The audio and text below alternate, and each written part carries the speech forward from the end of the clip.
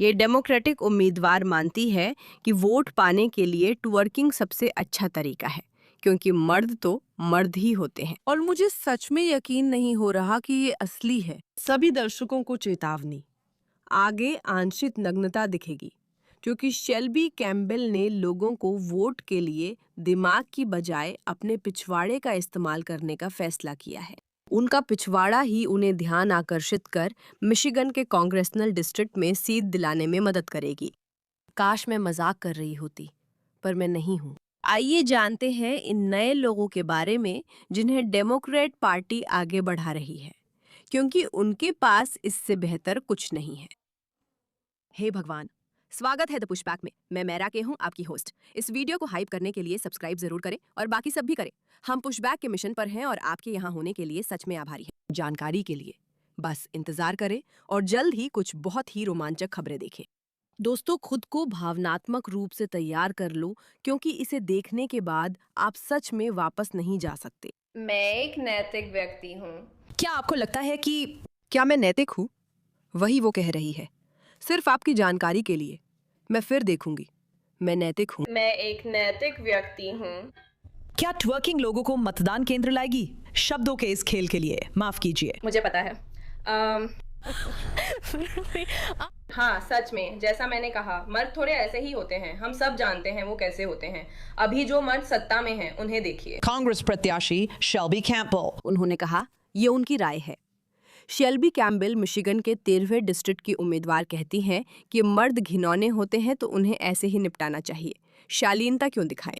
मैं उन्हें यह साबित करने की कोशिश क्यों करूं कि मैं उनके वोट के लायक हूं, बजाय इसके कि मैं उनका ध्यान अपने पिछवाड़े पर इतना केंद्रित कर दूं कि वे बस बटन दबा दें और उन्हें कोई फर्क ही ना पड़े। मेरा मतलब है, एक इंसान के तौर पर आप कितने नीचे गिर सकते हैं और समाज के बारे में आपकी सोच कितनी नीची होनी चाहिए कि आपको लगे कि ये तरीका काम करेगा। 13वें जिले में आपके वोट के लिए ट्वर्किंग और सेक्स बिकता है वाला दाव। मैं शालीन हूँ। मैं शालीन हूँ। मैं शालीन हूँ। मैं सिर्फ वही नहीं करती। मैं शालीन कमीनी हूँ, वही कहती है। मुझे बिना कहे बताओ कि तुम शालीन नहीं हो। लगता है सभी कहते हैं। मैं बस मजे कर रही थी। जवान हूँ और सोशल मीडिया का फायदा उठा रही हूँ। वो कहती है उसके पास पिछवाड़ा और दिमाग दोनों है।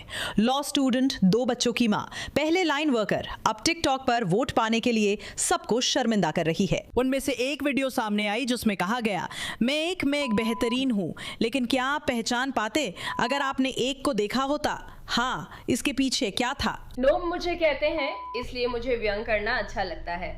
अगर आप मुझे बुरा भला कहेंगे तो मैं आपको अजीब महसूस करा दूंगी। मैं भी वैसे ही जवाब दूंगी, क्योंकि आपको क्या लगता है कि आप मुझसे ऐसे बात कर सकते हैं? मुझे सच में कहना पड़ेगा, मैंने इससे बेहतर उदाहरण कभी नहीं देखा कि कैसे लोग जो ध्यान आकर्षित करने के लिए कुछ करते हैं ताकि अपनी बात साबित कर सकें, वो बस खुद को बेहुदा दिखाते हैं। आप जानती हैं, लोग हमेशा कहते हैं कि अगर आप किसी के साथ बुरा व्यवहार करते हैं तो वो असल में आपके बारे में ज्यादा बताता है। ये इसका बेहतरीन उदाहरण है। हाँ, मैं उन्हें दिखा दूंगी। तुमने उन्हें कुछ भी नहीं दिखाया, सिवाय इसके कि तुम कितनी अविश्वसनीय रूप से घटिया और शर्मनाक हो। और ये गुलाबी सूट वाली बात और तुम्हारा लेपर्ड प्रिंट बन, ये इस बात को नहीं छुपा सकते कि हम सब देख सकते हैं कि ये सब बस शर्मनाक है। नहीं। उनकी प्रतिद्वंदी मौजूदा सांसद श्री तानीदार, जिनकी चुनावी रणनीति कह सकते हैं ज्यादा पारंपरिक है। मुझे नहीं लगता वे स्क्रीन पर टॉकिंग करेंगे। इस पर आपके क्या विचार हैं? उनके बारे में मैं बस चाहता हूँ कि ऑफिस में युवा लोग हों, और वो करोड़पति हैं, इसलिए मैं करोड़पति नहीं हूँ, और वो हैं भी, इसलिए आम लोगों से जुड़ना उनके लिए बहुत मुश्किल है। हे भगवान, मैं महिला हूँ और टवर्क करती हूँ। वो मुझसे बड़े और करोड़पति है, इसलिए उनके लिए जुड़ना मुश्किल है। देखिए, मैं पूरी तरह से समर्थन करती हूँ कि युवा लोग राजनीति में आए, लेकिन कभी-कभी युवा होने का मतलब होता है कि आप अनुभवहीन हैं, आप मूर्ख हैं और आप बेवकूफ हैं। कभी-कभी बड़ा होना और पैसे कमाना दिखाता है कि आपके पास अनुभव है और आप बेवकूफ नहीं हैं। मैं दावा करती हूँ कि वो आदमी ध्यान खींचने के लिए मंच पर टवर्क नहीं करेगा। आलोचकों पर और पोस्ट डालकर उन्हें डराना। क्या हम आपकी टिकटॉक से और शायद विवादास्पद वीडियो की उम्मीद कर सकते हैं? हाँ, बिल्कुल, इसे थोड़ा आगे बढ़ाते रहना है। जैसे वो एक स्वतंत्र उम्मीदवार के रूप में चुनाव लड़ रही हैं। हमने टनेडार अभियान से प्रतिक्रिया के लिए संपर्क किया है। हम उनके जवाब का इंतजार कर रही हैं। मैं बस ये सब बर्दाश्त नहीं कर सकती। अब ये दिलचस्प है क्योंकि यहाँ हम देख रहे हैं कि वो डेमोक्रेट उम्मीदवार हैं और वहाँ कहा जा रहा है कि वो एक स्वतंत्र उम्मीदवार हैं। मुझे नहीं पता कि इनमें से कौन सा सही है और मैं इस बारे में सतर्क रहना चाहती हूँ क्योंकि हम पूरे दल की आलोचना नहीं करने वाले हैं। मुझे लगता है ये हमारे समाज की स्थिति दर्शाता है। आगे बढ़ते हुए वो जो कुछ बातें कहती हैं जिनकी हम समीक्षा करने वाले हैं उनमें कुछ बेहद अनुचित वीडियो भी शामिल हैं। हम इन्हें विज्ञापन और हमारे प्रायोजक के संदेश के बाद देखेंगे। आइए एक पल के लिए मेडिकेयर के बारे में बात करते हैं क्योंकि शायद आपने कोई भी प्लान बिना सोचे समझे चुन लिया होगा जो आपके लिए सबसे अच्छा नहीं है और इसी वजह से मैं आपको आज के हमारे प्रायोजक चैप्टर के बारे में बताना चाहती हूँ। चैप्टर अलग है, वे स्वतंत्र है और वही एकमात्र मेडिकेयर सलाहकार है जो देश भर में उपलब्ध हर प्लान, डॉक्टर, जरूरत और प्राथमिकता की तुलना करके आपके लिए सबसे उपयुक्त प्लान ढूंढते हैं। उनके सलाहकार वेतनभोगी हैं, इसलिए वे किसी खास प्लान को थोपते नहीं हैं। अगर आप पहले से ही सही प्लान पर हैं तो वे आपको बता देंगे और अगर नहीं है तो वे आपको बदलने में मदद करेंगे। पिछले साल चैप्टर से प्लान बदलने वाले वरिष्ठ नागरिकों ने औसतन $1100 बचाए। ये मुफ्त कॉल सिर्फ 20 मिनट की है और आपके या आपके माता पिता, दादा दादी और किसी प्रियजन के पैसे व तनाव बचा सकती है। तो चैप्टर को 6106-803337 पर कॉल करें। वो नंबर है 6106-803337 और अभी से पैसे बचाना शुरू करें। उम्मीद है आपके पास सरकार में कोई ऐसा व्यक्ति होगा जो सिर्फ टू वर्क नहीं करता बल्कि आपकी आर्थिक स्थिति की सच में परवाह करता है। वैसे मैंने उनके बारे में देखा, क्या वो डेमोक्रेट है या निर्दलीय? वो डेमोक्रेट के रूप में चुनाव लड़ रही हैं, तो मुझे समझ नहीं आ रहा कि उस न्यूज़ रिपोर्ट में क्यों कहा गया कि वो निर्दलीय उम्मीदवार है। हमें पूरी तरह से पता नहीं है लेकिन ऐसा ही लगता है कि वो डेमोक्रेट है। हैरानी की बात है, डेमोक्रेट्स कभी कभी पागल भी हो जाते हैं। आज आपके लिए कुछ वीडियो हैं। चलिए इस बात से शुरू करते हैं कि इस वीडियो में वो उन लोगों का मजाक उड़ा रही है जो बच्चों के गोली लगने के शिकार होने पर उनके लिए दुआ करते हैं। ऊपर वाले पापा, कृपया कृपया बच्चों को बंदूक से गोली लगने से बचा लो। कानूनों में सुधार करके नहीं, बस आपसे प्रार्थना करके। कृपया ऊपर वाले पापा। मूर्ख, बेवकूफ। स्काई, हाँ मैं कहूंगी कि ये सिर्फ मूर्खता से भी ज्यादा है।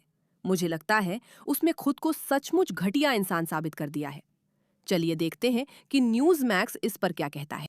अगला यहां एक और डेमोक्रेट है जो अमेरिकी कांग्रेस की सीट के लिए चुनाव लड़ रहा है। यह व्यक्ति डेट्रॉइट में सर्वेक्षणों में दूसरे स्थान पर है। बियर पी रहा है, जो कि ठीक है। अगर आप इस देश में 21 साल से ऊपर हैं तो जितनी चाहें बियर पी सकते हैं। वो ऐसे ही दर्शकों से जुड़ने की कोशिश कर रही है। मैं यही करती क्योंकि मैं एक नैतिक इंसान हूँ। हे भगवान, इससे मुझे बहुत मतली आती है। ठीक है, इस वीडियो को देखो।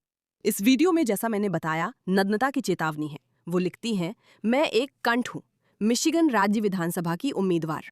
खंत। ये मैं हूँ। मैं एक कंठ हूँ। बहुत बढ़िया। लेकिन क्या आप प्लेट को पहचान पाएंगे अगर आप उसे देखें?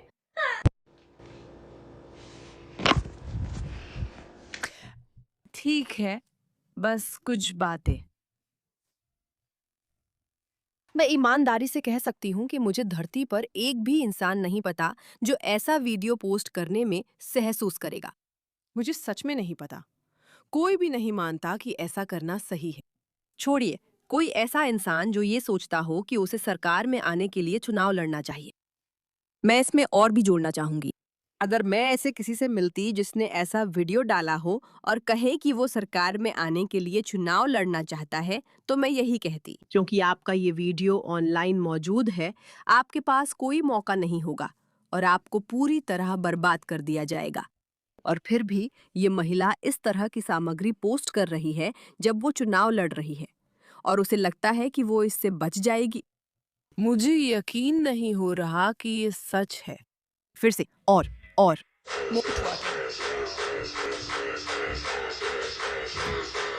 साफ कहूं तो कवर इसलिए है क्योंकि उसका पिछवाड़ा दिख रहा है।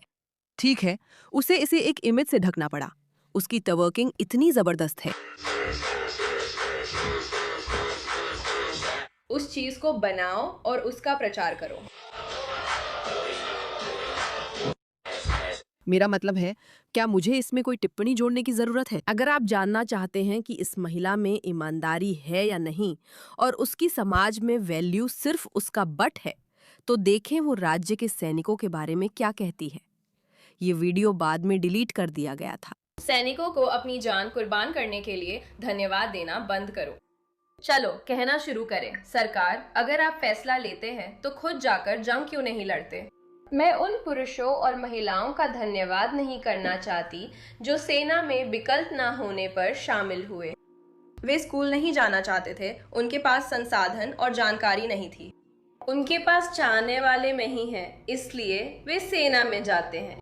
सेना कमजोर आबादी पर निर्भर करती है। सोचना बंद करो। कल्पना करो कि आप ऐसे व्यक्ति हैं जो एक सुबह उठते हैं और कहते हैं, जानते हो क्या, मैं सच में अपने देश के लिए योगदान देना चाहती हूँ, क्योंकि मुझे अपने देश पर विश्वास है और मुझे लगता है कि ये एक अच्छी बात है। फिर कोई बाहर से कहता है कि आपने सबको बचाने के लिए जान जोखिम में डाली क्योंकि आपको कोई प्यार नहीं करता। शानदार और शालीन काम हुआ है। लगता है आखिरकार ये मामला इसी पर टिकता है कि शेल्बी कैम्बल सबसे शालीन महिला है। वो सच में वैसी महिला है जिन पर किसी सार्वजनिक पद के लिए भरोसा किया जा सकता है। आप उन्हें देखते हैं और कहते हैं, उन्हें अच्छे फैसले लेने की समझ है, सही बातें कहने की समझ है, अपने वोटर बेस को खुश रखने की समझ है, सही और गलत में फर्क करने की समझ है। वो बस सब समझ जाती हैं, वो समझती हैं। सैनिकों को अपनी जान कुर्बान करने के लिए सैनिकों को अपनी जान कुर्बान करने के लिए धन्यवाद कहना बंद करो। लेकिन क्या आपको हैरानी होती है जब आप देखते हैं कि डेमोक्रेट्स ने किस तरह के लोगों को चुना है? जब आपके पास इलान उमार जैसी महिलाएं हैं जो धोखाधड़ी करती हैं और लोगों से उनकी हर चीज ठग लेने में बिल्कुल भी हिचकिचाती नहीं हैं, तो युवा महिला डेमोक्रेट्स क्यों सोचेंगी कि मुझे ऐसा नहीं करना चाहिए? क्यों? मेरा मतलब है, ये कोई हैरानी की बात नहीं होगी कि उनके पास चार्ली कर्क की हत्या के बारे में भी कहने के लिए कुछ शानदार बातें हैं। नमस्ते। मिशिगन और खासकर डेट्रॉइट के लोग, क्या आप लोगों को चार्ली कर्क के निधन की परवाह है? हाँ, मुझे भी ऐसा नहीं लगा क्योंकि मेरे इलाके में ज्यादातर अश्वेत लोग हैं और चार्ली कर्क ने उनके बारे में बुरा कहा था। तो नहीं, मुझे लगता है कि मेरा इलाका मुझे पसंद करेगा क्योंकि मैं एक श्वेत व्यक्ति के रूप में उनके लिए आवाज उठाती हूँ। तो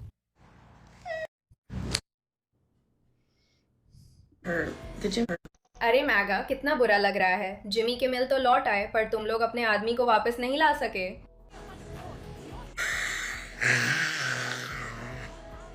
अरे मैगा, कितना बुरा लगता है। मैं बस उस हंसी को दोहराना चाहती हूँ। बाकी बातें भूल जाइए, बस याद रखिए कोई सरकार में आने की कोशिश कर रहा है। वैसे भी इस बात के अलावा कि वो सचमुच घिनौनी है, जैसा कि आपने देखा है, ये वीडियो और ये वीडियो और ये वीडियो और ये लाजवाब वाला और ये खास वाला और ये मुझे लगता है कुल मिलाकर डेमोक्रेट्स को बेहतर लोगों की जरूरत है। आखिरकार ये सब किस पर टिकता है, आप जानते हैं क्या? मजेदार बात ये है कि मैं रिपब्लिकन नहीं हूँ, लेकिन जब मैं आजकल समाज की स्थिति देखती हूँ, जब मैं देखती हूँ कि जो कुछ हो रहा है, तो मैं खुद से सोचती हूँ, कोई पार्टी कितनी गिर सकती है कि वे सच में सोचते हैं कि ऐसे किसी व्यक्ति को चुना जाना चाहिए। बस सच में अपने राजनीतिक विचार भूल जाओ। ये भी भूल जाओ कि वो चीजों के बारे में क्या सोचती है। कोई कैसे सोच सकता है कि ये इंसान सरकार में लोगों का प्रतिनिधित्व करने के लिए सही व्यक्ति है? तो जवाब क्या है? अब क्या होगा? जब उसे अपनी बात नहीं मनवानी होगी तो वो संसदीय बहस में बैठकर टवर्क करेगी। क्या यही तुम्हारा हल है? और मुझे लगता है यहीं पर मुझे वामपंथियों से बहुत सारी समस्याएं हैं। जब मैं इसे देखती हूँ तो लगता है तुम्हारी सोच में कुछ बहुत अजीब बिगड़ा है। तुम्हें लगता है कि यह सामान्य प्रतिक्रिया है, यही सबसे अच्छा है जो तुम दे सकते हो, और इस तरह का इंसान तुम्हारा प्रतिनिधित्व करे। मेरे लिए तुम्हारे लिए यही दिखता है। मेरे लिए असली मुद्दा यही है। सबसे अहम ये है कि उसे ना पूरी तरह नकारा जा रहा है, ना अयोग्य ठहराया जा रहा है, बल्कि लगता है शायद ये ध्यान आकर्षित करेगा। शायद इससे बुरे रिपब्लिकन हार जाएंगे।